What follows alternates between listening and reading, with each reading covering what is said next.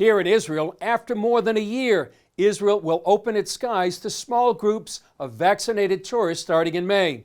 That's because Israel is moving to revive its economy now that more than half the population has received both doses of the COVID vaccine. But a major part of that recovery includes a controversial green pass. The so-called passport is being offered only to those fully vaccinated or who have recovered from COVID-19.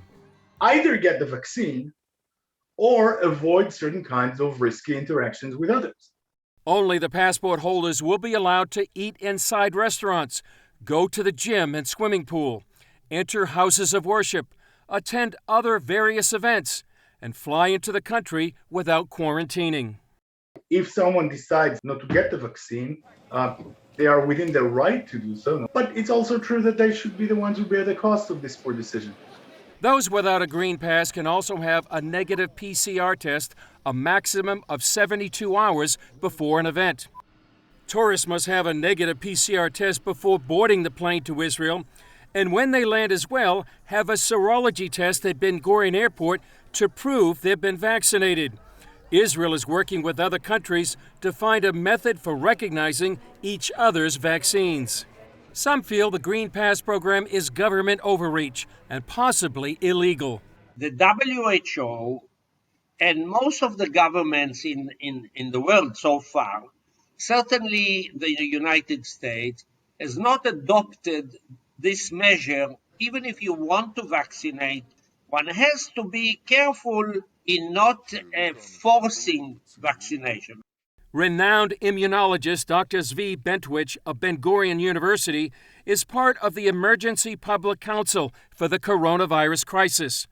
The group, comprised of doctors, scientists, and others, have filed a lawsuit with the Supreme Court, calling the Green Pass coercive and predatory.